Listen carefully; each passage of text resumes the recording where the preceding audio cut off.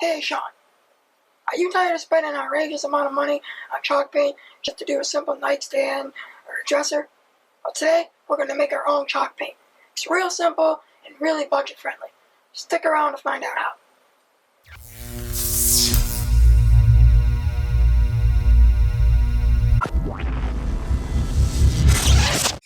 Alright, to get started you're going to need some Plaster of Paris. This can be found in many big box stores and craft stores, just about anywhere for about $6 or $7. Next, you're going to need some paint. Latex paint, flat preferably. It's the point of chalk paint to have a flat finish. Then you're going to need some mixing jars. As long as it's the same size, doesn't matter what size. You're going to need 1 part plaster of Paris to 3 parts paint. Then you're going to need something to mix everything in. Preferably clear with a round bottom, so you can get all the plaster of Paris and paint mixed together. A jar with a lid would be nice, so you can keep the paint that you don't end up using. Next, you're going to need a spoon to get plaster of Paris and paint and all the measurements out with. Alright, first you're going to take your plaster of Paris, you're going to put it in the measuring container. Like I said, it's going to be 1 part plaster of Paris to 3 parts paint. So it doesn't matter the measurement as long as you can get an equal amount of 1 part to 3 parts. I'm doing 4 ounces. That's what the container I happen to have. So you measure out your 1 part plaster of Paris, and then you put it into the jar that you're going to end up having your paint in. Once the dry mix is in there, you're then going to pour the water in there to mix the plaster of Paris before you put the paint. Now here I'm showing you that I ended up switching the paint that I was originally going to use. We were going to go with a purple sample, and we ended up changing to a yellow flat. So that's what that was. So I'm mixing the water to the plaster of Paris now. Add a little bit at a time. You don't want to overdo it, because you still want it kind of thick, as chalk paint's pretty thick. So you want to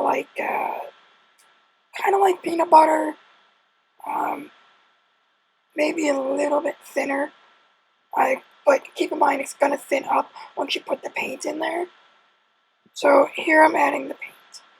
So I said it's 3 parts. I already had 1 part in here, so here's me adding the other 2.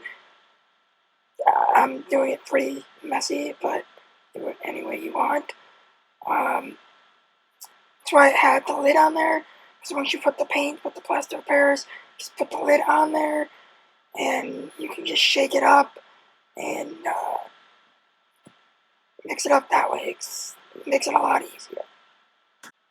And then once it's shook up, there's going to be some plaster on the bottom still, so that's when you're going to need, an old paint stirrer, or I'm just using a pencil to kind of mix up the bottom a little bit.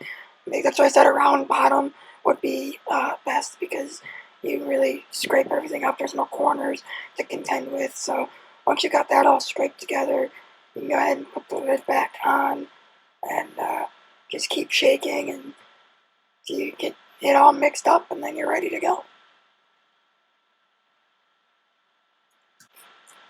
So as you can see here, the chalk paint goes on very similar to stuff that you buy at the store.